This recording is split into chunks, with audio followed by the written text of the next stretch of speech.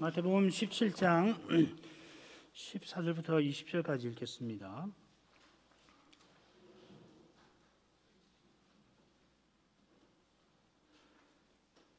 저희가 무리에게 이르매 한 사람이 예수께 와서 꿇어 엎드려 가로되 주여 내 아들을 불쌍히 여기소서. 저가 간질로 심히 고생하여 자주 불에도 넘어지며 물에도 넘어지는지라.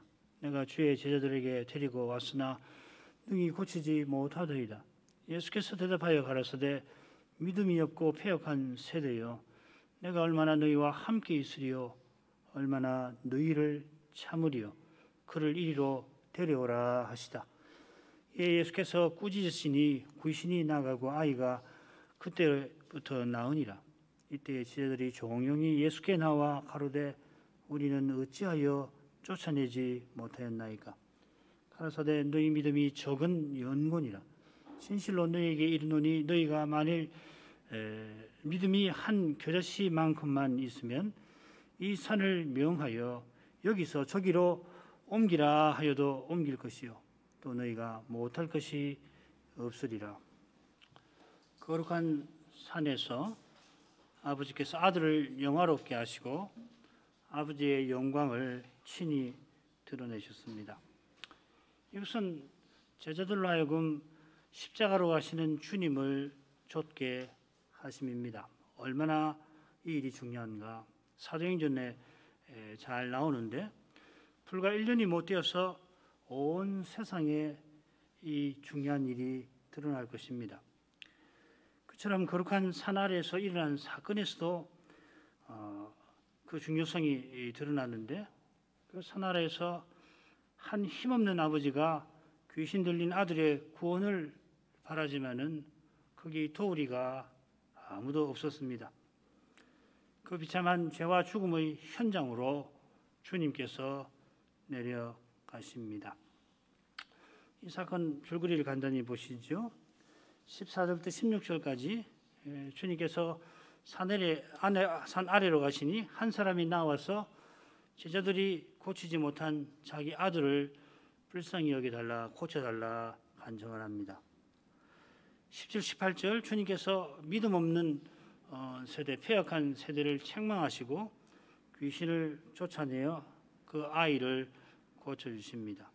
그리고 이어 19절, 20절은 제자들이 자기네가 귀신을 쫓아내지 못한 그 연유를 묻고 주님께서는 너희 믿음이 적기 때문이라 하십니다. 그리고서는 주님께서 겨자씨만한 믿음을 말씀하시며 이 산을 명하여 여기서 저기로 옮기는 일을 언급하십니다.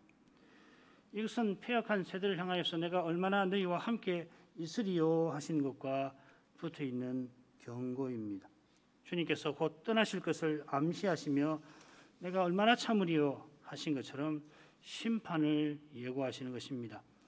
이런 점이 이 사건을 마태복음에 기록된 이 사건을 해석하는 데 중요할 것입니다. 아울러서 이 주제는 마태복음 16장 20절 28절에 있는 심판과 왕권, 하나님 나라에 관한 내용과도 붙어 있습니다. 얼마나 이 사건들이 긴밀하게 연결되어 기록되는지 모릅니다.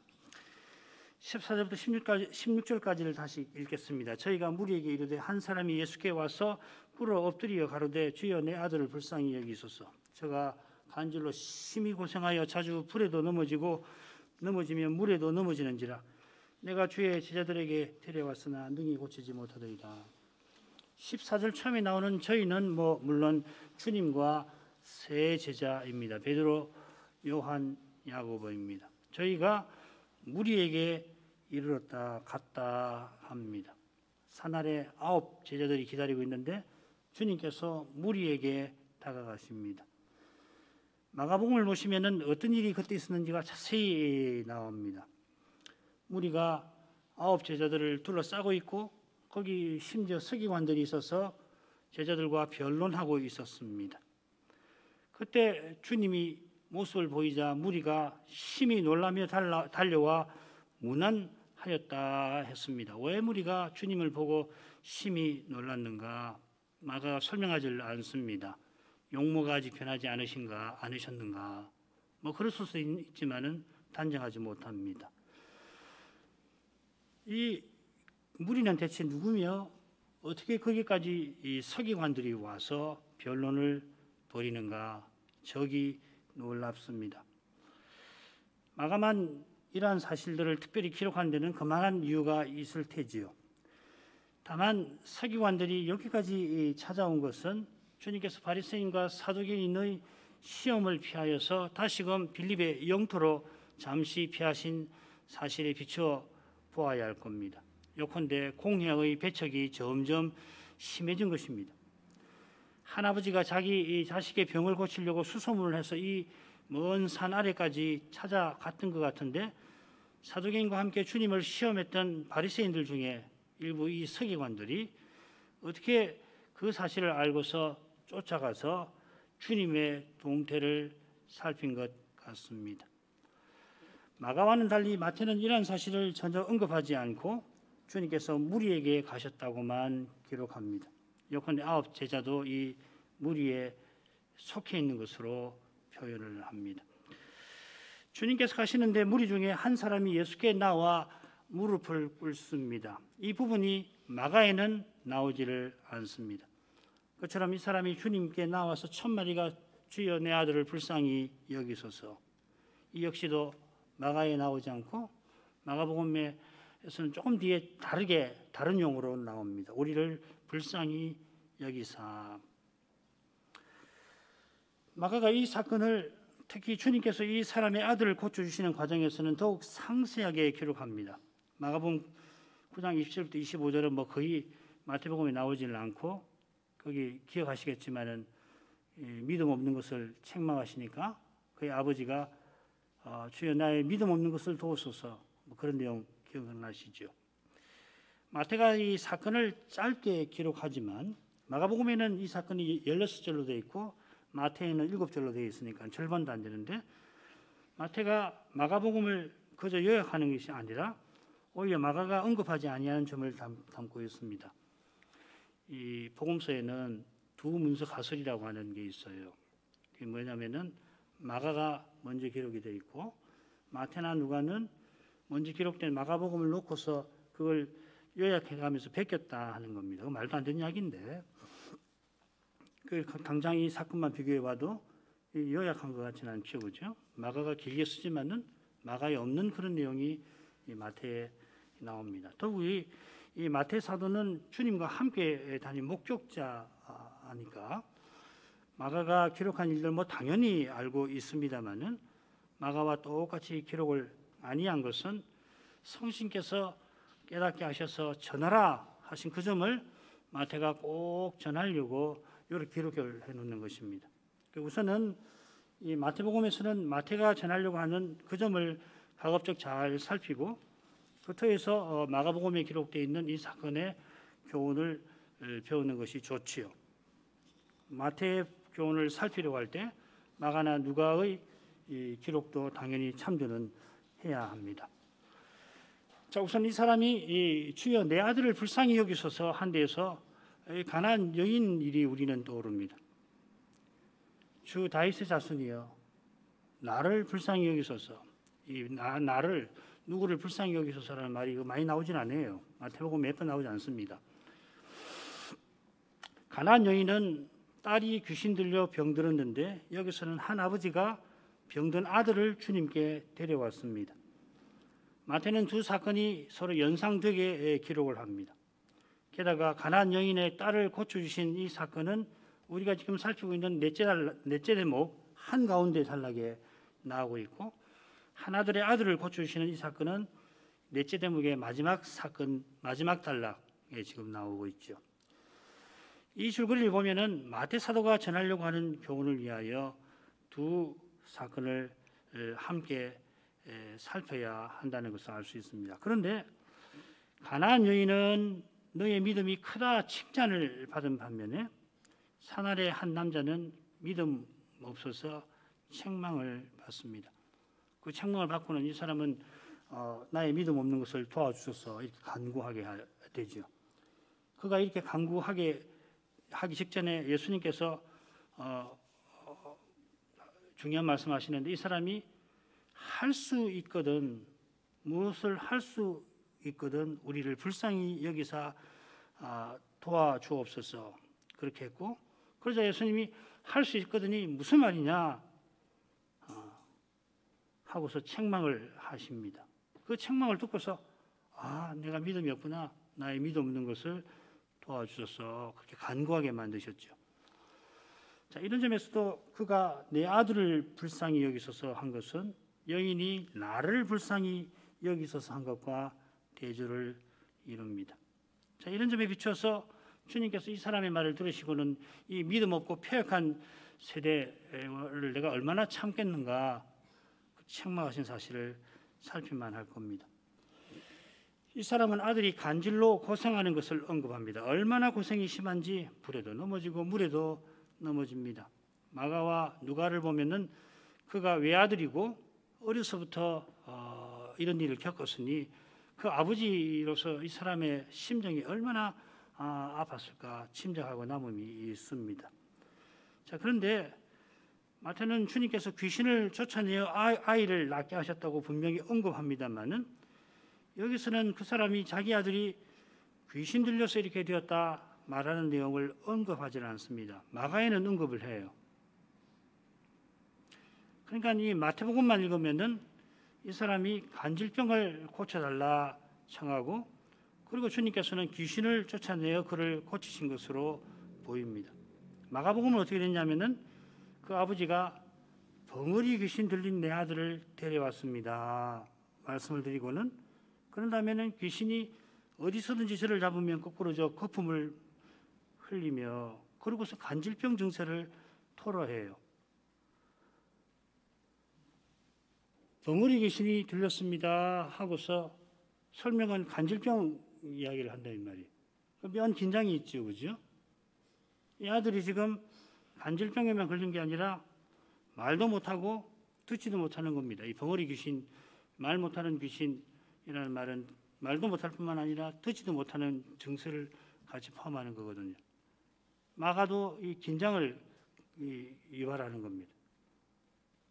간질병도 심각하지만은 사실은 이 주님의 나라에서 말 못하고 듣지 못하는 이게 심각한 거거든요.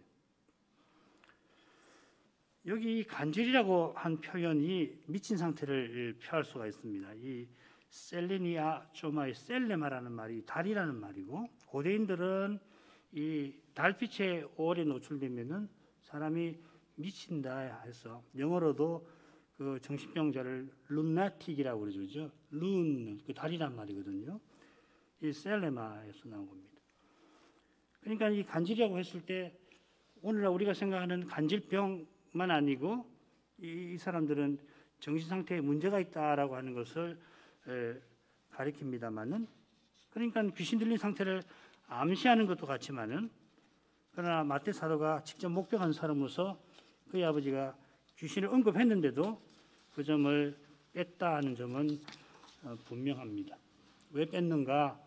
그 의도가 그리 분명치는 않습니다. 마가를 보면은 벙어리 귀신이 들렸습니다 하고서 말 못하고 듣지 못합니다 하는 게 아니라 간질병 이야기를 했어요. 그런 어떤 이 부조화와도 무관치 않을 겁니다. 아무튼 사도의 의도를 분명히 알리면은 이어지는 주님의 책망을 마태에서 살피는 것이 맞습니다. 주님의 책망을 다음 단락에서 살피는데, 먼저 제자들에게 이 아들을 데려왔지만은 고치지 못한 점을 조금 생각을 하고 넘어가죠. 마가복음에는 제자들에게 귀신을 쫓아내달라고 청했지만은 그들이 못했다 이렇게 되어 있습니다. 이 역시도 방금 살핀 벙어리 귀신과 붙어 있습니다. 이 사람이 아주 무리한 일을 제자들에게 청하는 것은 아닌데, 주님께서 12 제자들을 파송하시면서 귀신 쫓아내는 권세를 주셨고, 이 권세로 제자들이 귀신을 쫓아내었습니다. 누가복음에 따르면은 이 사건 후에 주님께서 70문도를 보내시는데 제자들이 귀신을 쫓아내기도 했죠. 누가복음 10장 17절 같은 데 나옵니다. 자, 그런데 어떻게 된 일인지 이번에는 제자들이 고치지를 못합니다. 주님의 책망을 받고 70문도와 함께 갈 때는 귀신을 쫓아냈을 수도 있죠.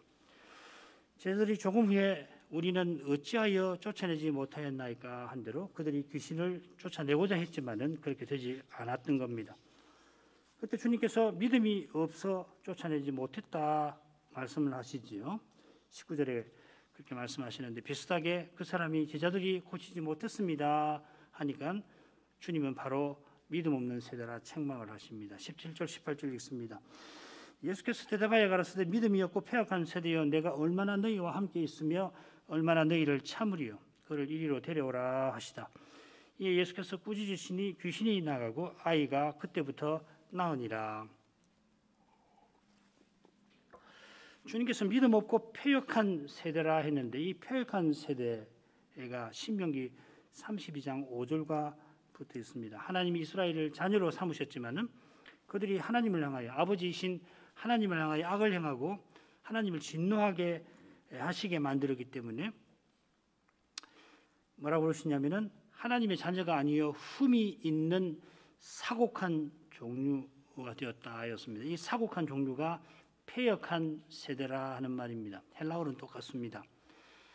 그러면 이들이 하나님을 향하여 어떤 악을 행하였냐면은 다른 신을 섬겼습니다.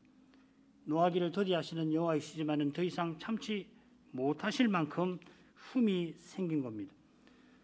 주님의 눈에는 산 아래에 있는 이들이 그러한 상태였던 겁니다. 같은 표현을 바울 사도도 쓰는데 하나님께서 성신으로 자기의 깊으신 뜻을 소원하고 행하게 하시는 너희가 빌립보 교회죠.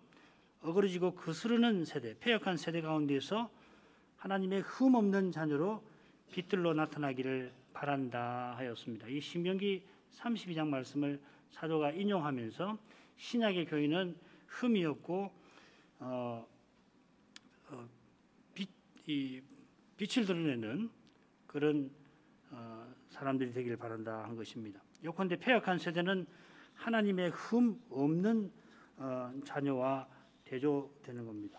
이스라엘이 하나님의 자녀로 세움 받았는데 주님 오신 그때에는 패역한 세대가 되고 말았습니다.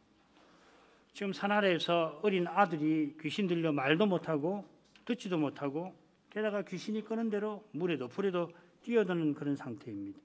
그런 아들을 고치려고 변화산까지 아버지가 멀리 데려왔지만은 주님의 제자들이 쫓아내지를 못합니다. 마가복음을 보면은 서기관들이 어떻게 알고 여기까지 쫓아와서 귀신을 쫓아내지 못하는 제자들을 비난합니다. 비난할 자격이 있나요? 자기들이 누구보다 이 백성의 지도자 아닙니까? 도와줘야 할 사람 아닙니까? 그런데 비난하고 있습니다. 그러나 귀신을 쫓아내는 권세 받은 제자들은 쫓아내지 못하고 군색한 변명을 그들에게 댈 뿐입니다.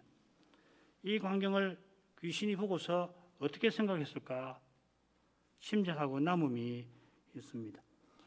메시아의 영광과 성부의 영광이 찬란히 빛났던 그 산 아래 이렇게 소망이라고는 찾아볼 수 없는 비참한 현실이 펼쳐져 있습니다. 주님 아니시면은 결코 벗어날 수 없는 그런 비참한 현실입니다. 그런 현실이 실은 산에서 내려오는 그 길에서도 이미 드러났던 것을 기억하실 겁니다. 산 위에서 그 영광스러운 광경을 보고서 거기서 내려오는 길에 메시아께서 자기의 죽음과 부활에 관하여 말씀을 하십니다마는 세제자는 놀랍게도 서기관의 가르침을 운운합니다. 내가 너희에게 이른다 하시며 주님께서 오리라 하던 그 엘리야는 이미 왔다. 와서 말씀을 전했지만은 메시아기를 예비했지만은 고난을 받았다.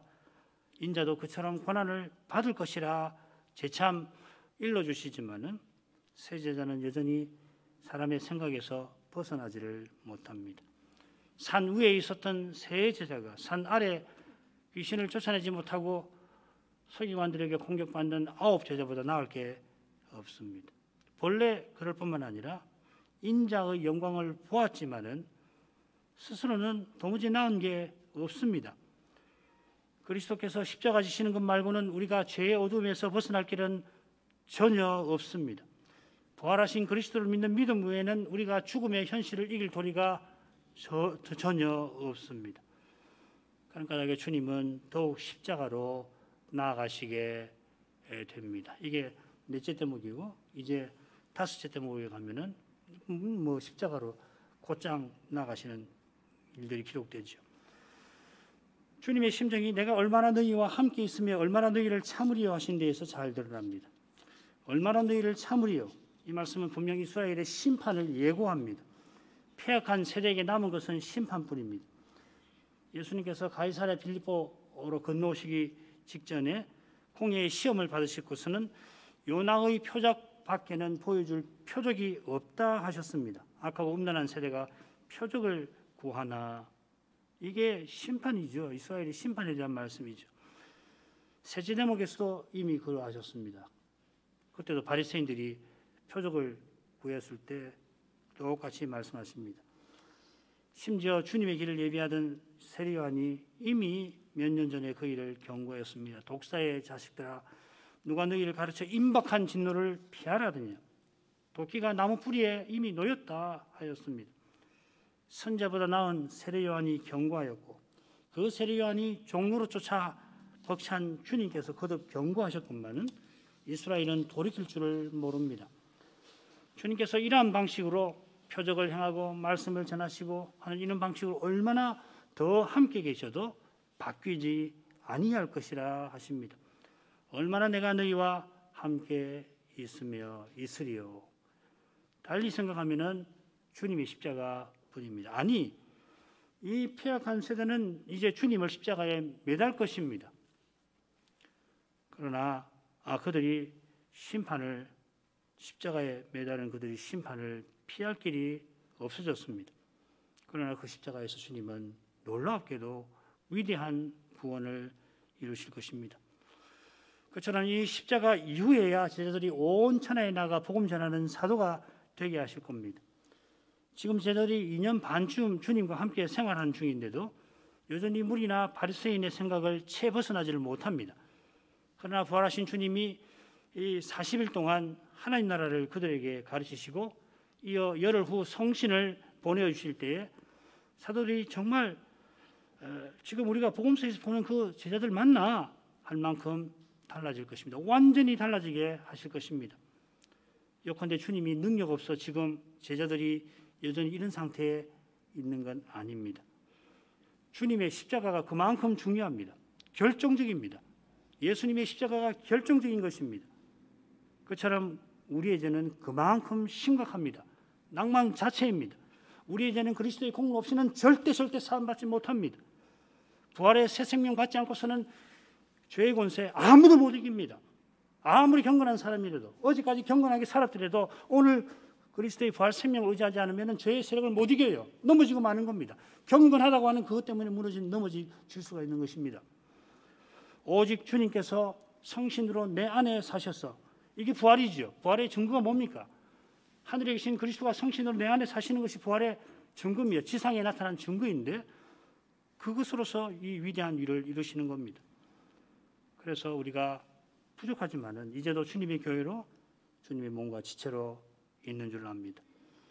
우리가 그리스도와 그의 십자가에 못 박히신 것을 순수하게 전하고 받는다면은 틀림없이 부활의 주님이 우리를 통하여 친히 자기 영광을 드러내실 것입니다. 죄와 죽음의 현실에서 우리는 너무도 연약합니다. 어찌 해볼 바가 알을 모릅니다. 죄의 현실을 보면 그냥 압도되어 버립니다. 죽음의 그림자만 스쳐도 우리는 무서워서 어쩔 줄을 모릅니다. 그러나 이런 우리를 통해서 주님은 부활의 능력을 드러내 주실 것입니다. 그 증거가 무엇입니까? 죄의 현실에서 탄식하며 드리는 우리의 기도입니다. 용서해야 하지만은 하지 못해서 괴로워하며 주님의 용서를 비는 그 기도입니다. 용서를 받고자 하지만은 받지를 못해서 다시 오시는 주님만 바라보는 그 안타까운 심정입니다. 저로 말미암은 현실에서 책임지는 건 너무도 무겁고 두렵지만은 주님 의지하여서 기꺼이 지려는 태도입니다. 주님께서 이 위대한 일을 이루려고, 그래서 십자가를 향하여 나아가려고 그 아이를 데려오라 하시고 귀신을 꾸짖어 쫓아내십니다. 귀신 쫓아내는 것 놀라운 일입니다만은 성신을 쫓아 살게 하려고 그런 일을 행하십니다. 병 고치신 일이 얼마나 놀라운 일입니까? 그러나 장차 병드는 것, 근심하는 것 없게 하려고, 무엇보다 영원히 죽지 아니하고 영원히 하나님과 거룩한 사귐에 있게 하려고 지금 이런 일을 행하십니다. 이 위대한 구원을 위하여 주님은 반드시 십자가로 나아가셔야 했습니다. 19절 20절 이때에 제자들이 종용이 예수께 나와 가로되 우리는 어찌하여 쫓아내지 못하였나이까. 가라사대 너희 믿음이 적은 영혼이라. 진실로 너희에게 이르노니 너희가 만일 믿음이 한 겨자씨만큼만 있으면 이 산을 명하여 여기서 저기로 옮기라 하여도 옮길 것이요 또 너희가 못할 것이 없으리라. 마가복음에 따르면 집에 들어가실 때에 제자들이 종용이 예수께 나옵니다. 어떤 한글 번역은 최근에 번역을 보니까 조용히 나왔다 새겼는데 흔히는 이 말이 따로라고 하는 말입니다. 뭐 조용히라는 말도 틀린 번역이 아니죠. 그러나 따로입니다. 제자들이 조용히 묻는 것보다 무리를 떠나서 따로 주님께 묻는 점을 보여주는 겁니다. 그처럼 주님께서 산에서 내려오셨을 때에 한 아버지가 주님께 나아왔는데 이제 제자들이 주님께 나와 따로 묻습니다. 그때는 제자들이 무리에 휩싸여서 서기관들의 공격을 받아 주님을 맞이하지 못했습니다. 이제 주님께서 그들이 주님께 나오게 하시고 따로 묻게도 하시는 겁니다. 제자들이 어찌하여 우리라고 하는 말을 강조해 쓰고 있습니다. 어찌하여 저희는 하면서 귀신을 쫓아내지 못한 이유를 묻습니다. 이 질문은 주님께서 그들에게 귀신 쫓을 권능을 주신 사실과 붙어있다 말씀드렸지요. 마태복음 10장 1절입니다. 예수께서 그 12제자를 부르사 더러운 귀신을 쫓아내며 모든 병과 모든 약한 것을 고치는 권능을 주시니라. 좀 더 정확히 번역하면은 더러운 귀신들에 대한 권능을 주사 그것들을 쫓아내고 온갖 병을 고치게 하셨다 이렇게 되어 있습니다. 퍽 강한 그 표현이죠, 그죠? 권능을 주셨는데 귀신들을 제압하는 그런 능력을 주셨다 이 말입니다. 그래서 병도 고치기도 했다는 겁니다. 지금 산아래에서 한 아들이 귀신 들려서 말도 못하고 듣지도 못할 뿐만 아니라 간질병도 앓았는데 예수님이 제자들에게 주신 권능이라면 능히 그 아이를 귀신과 병에서 건질 수 있습니다. 그런데 제자들이 그 권능을 발휘하지 못했고 그래서 그 이유를 주님께 묻는 겁니다. 주님께서 대답하시는 그 장면을 마태는 마치 눈앞에 일어나고 있는 것처럼 표현합니다. 지금 나이가 많았을 텐데 나이 많은 마태가 복음서를 구술을 했을 텐데요. 불러줬을 텐데 이 대목에서 눈을 지그시 감고 그 일을 생생히 떠올리면서 구술했을 것 같습니다. 주님께서는 단도직입으로 너희의 적은 믿음 때문이라 하십니다. 믿음이 적은 연고라 이렇게 풀어서 번역했는데 너희의 적은 믿음 때문이다 하십니다. 책망하시는 말씀이지만은 믿음 없는 세대와 믿음 적은 제자들을 구분하십니다. 제자들이 스스로는 믿음 없는 세대와 별로 다를 바 없지만은 주님 은혜로 적은 믿음이나마 신입니다. 그러나 가나안 여인이 큰 믿음을 지녔으니 그들은 더욱 그러해야 했습니다만 놀랍게도 적은 믿음이고 주신 권능도 발휘하지 못했습니다. 그런 그들이지만 주님께 나와 묻습니다. 주님께서 여전히 그들과 함께 하시는 겁니다. 따로 함께 계셔주시는 겁니다. 믿음 없는 세대에게는 얼마나 내가 너희와 함께 있으리요 하셨지만은 제자들과는 영원히 함께 해주실 것입니다. 마태가 이 복음서를 구술하던 때에 주님은 세상을 떠나 하늘에 계시지만은 성신으로 그와 함께 하십니다. 그런 까닭에 그는 기쁜 마음으로 그때 주님께 책망받았던 일을 구술하는 것입니다. 웃으면서 구술했을 거예요. 장차 주님이 재림하실 때에 우리도 여기서 행한 온갖 일에 관하여서 지금은 너무도 부끄러운 나머지 아무에게도 털어놓지 못할 그러한 일에 관해서도 장차는 기쁜 마음으로 이야기할 것입니다. 그처럼 주님의 사랑을 맛보는 사람은 자기 죄의 부끄러움을 틀림없이 이길 것입니다. 달리 안 돼요. 달리는 이 부끄러움을 견디지를 못하는 겁니다. 그냥 자꾸 사람이 위축이 되어버리고 죄의 세력에서 이기지를 못하고 그렇게 되는 거죠. 그 관계가 온전치를 못하는 거예요. 이 세상에서는 이 죄 때문에 부끄러움이 있어서 마음을 털어놓지를 못하는 거거든요. 참된 하나가 되지를 못하는 거 아니에요. 항상 한계가 있는 겁니다. 관계에는 한계가 있고 이 죄가 막는 것이거든요. 그러나 주님의 사랑을 의지할 때 이걸 넘어설 수가 있게 하시고 장차는 이런 일도 기쁘게 아마 다 털어놓고 이야기를 할 수가 있게 되겠죠. 그들이 믿음이 얼마나 적은지를 이어 설명하십니다. 설명하시면서 진실로 너희에게 이른다 하십니다. 변화산에 내려오시는 길에 나는 너희에게 이른다 하셨는데 지금은 진실로 너희에게 이른다 하십니다. 왕권을 가지고 올 것이라 말씀하실 때도 내가 진실로 너희에게 이르노니 여기 섰는 사람 중에 내가 왕권을 가지고 오는 자를 살아서 볼 자도 있을 거다 하셨습니다. 다른 말씀도 주님의 다른 말씀도 다 중요합니다만은 특별히 중요한 말씀하실 때에 진실로 이 표현을 덧붙이십니다. 주님께서 한 겨자씨만한 믿음을 드십니다. 겨자씨 비유를 말씀하시면서 모든 씨보다 작은 것이라 하셨으니 겨자씨만한 믿음이 얼마나 적은 믿음인지 생생하게 알리십니다. 그러니까 제자들의 믿음은 얼마나 적고 적은 믿음이겠습니까? 믿음이라 불릴 자격도 없는 믿음일 것입니다. 겨자씨만한 믿음이 어떤 것인지를 이어 설명하시는데 주님이 이 산을 드십니다. 이 산은 방금 내려오신 그 높은 산입니다. 작은 산 아닙니다. 나지막한 뒷동산을 드시는 것이 아니라 높은 산을 예로 드십니다. 마침 그 산이 거기 있어서 거기 산 아래 계셔서 이 산을 드신 걸까요? 그래서 이 산을 명하여 여기서 저기로 옮기라 하신 것은 거대한 산을 옮길 만한 그런 큰 일을 뜻하신 것일까요?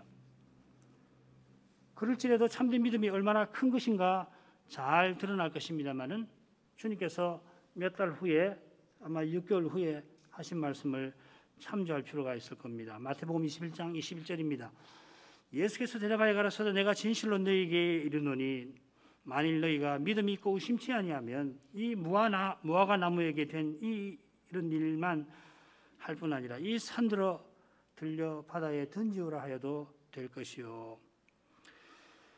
역시 이 믿음으로 산을 옮기는 일을 말씀하십니다. 이 말씀은 무화과 나무를 마르게 만드신 표적.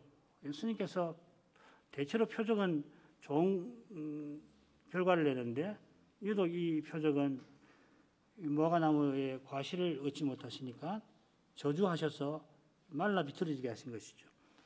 이 표적의 의미는 무화과 나무가 상징하는 이스라엘의 멸망입니다. 그처럼 지금 말씀하시는 마태복음 21장에서 말씀하시는 산은 시온산입니다. 시온산이 바다에 던져진다는 말씀도 바다가 상징하는 이방인에게 이스라엘이 멸망당할 것을 가리킵니다.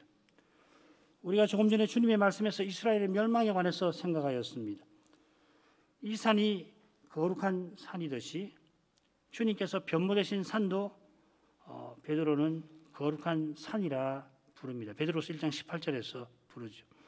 변화산은 당연히 사실 어느 산보다도 거룩한 산입니다. 영광 구름이 거기 임재했으니 거룩합니다. 하나님이 거기 계셨으니 거룩합니다. 게다가 메시아의 영광이 거기 나타났으니 시온산보다 거룩합니다. 그런 점에서 이 변화산이 여기서 저기로 옮길 것이라 하는 말씀은 저기 있는 거룩한 산이 다른 데 옮길 것을 암시하시는 것 같습니다. 만일 겨자씨만큼 믿음이 적을지라도 이 산들어 저리로 옮기라고 명하면 그대로 된다 하신 것은 산을 옮기는 것보다 위대한 일을 가리키는 것입니다. 그 일이 바로 예루살렘 멸망 후에 음부의 권세가 이기지 못하는 주님의 교회가 온 세상에 서나가는 그 일, 그 교회가 영원한 성소로 서나가는 그 일입니다. 참된 믿음이 있다면 그 믿음이 겨자씨만큼 적을지라도 음부의 권세가 이기지 못하는 교회로 서나가게 될 것입니다. 그 이유는 믿는 적은 믿음 가진 우리에게, 연약한 우리에게 있는 것이 아니라 연약한 우리가 믿는 그리스도께 있습니다. 그리스도가 얼마나 능력이 많으신지 이렇게 연약한 우리를 주님의 몸으로 세우시는 것입니다. 우리가 무슨 수로 음부의 권세를 이깁니까? 우리는 죽음의 그림자만 봐도 두려워 떱니다. 혹시 내가 중병에 걸리지 않았을까? 확인이 되기 전에도 우리는 두렵습니다. 이렇게 약한 우리지만은 주님께서 형제를 위하여 목숨 버리는 것을 마땅한 줄로 여기게 만드십니다. 죽음을 이기게 만드는 거예요. 이런 사람은 죽음의 두려움에 짓누르지 않죠. 죽음을 이기는 거 아니에요. 바울 사도는 자기를 죽이려는 동족을 위하여 심지어 저주도 받고자 했습니다. 죽음을 불쌍한 것이죠. 이미 죽음 정도가 아니라 저주까지 받으려 했으니 얼마나 놀라운 일입니까? 우리 모두가 사도 같은 믿음을 가진다면 얼마나 좋겠습니까? 그러지 않기 때문에 주님의 교회에 늘 문제가 생길 뿐만 아니라 어떤 문제는 영영 풀릴 것 같이도 풀리지 않을 것도 같습니다. 그렇지만 주님께서 이런 우리와 여전히 함께 하셔서 우리가 복음을 전하고 받게 하십니다. 깨달은 말씀으로 기도하게 하십니다. 믿는 우리를 보면은 낭망할 일이 많습니다만은 자기를 봐도 낭망할 일이 많은데 남을 보니 뭐 오죽하겠습니까? 자기를 봐도 사람이 되게 자기는 긍정적으로 보지 않아요. 그래도 자기를 냉정하게 보면은 소망 없구나. 근데 뭐 다른 사람을 보면 뭐 말할 거 없죠. 그러나 우리를 붙드시는 주님께서 그때마다 소망이 되십니다.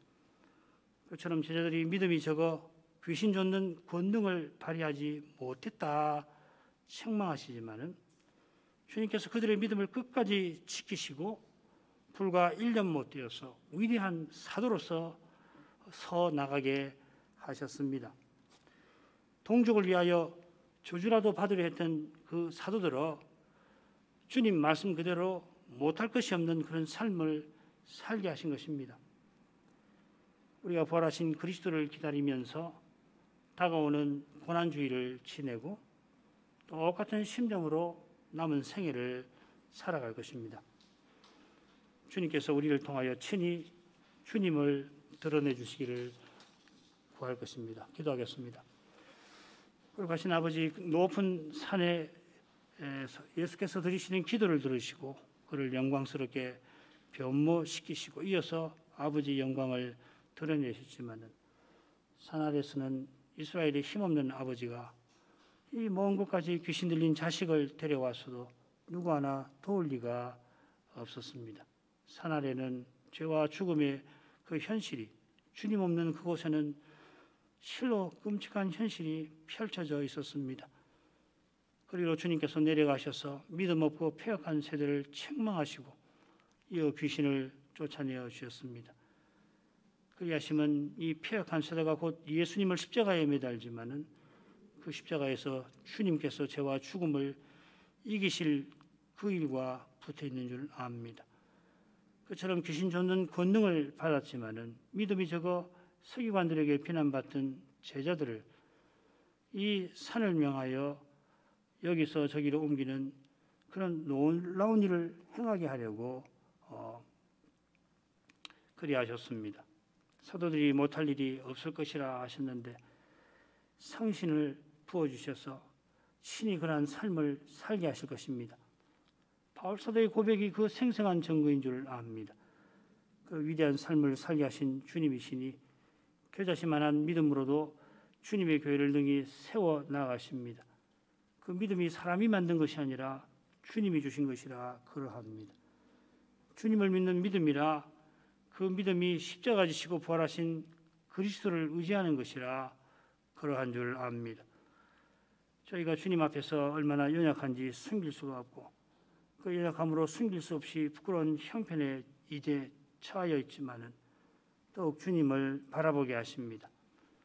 주님께서는 자기를 바라는 저희를 결코 외면하지 아니하시고 주님의 교회로 틀림없이 서나가도록 하실 것을 믿습니다. 예수님의 이름으로 기도합니다. 아멘.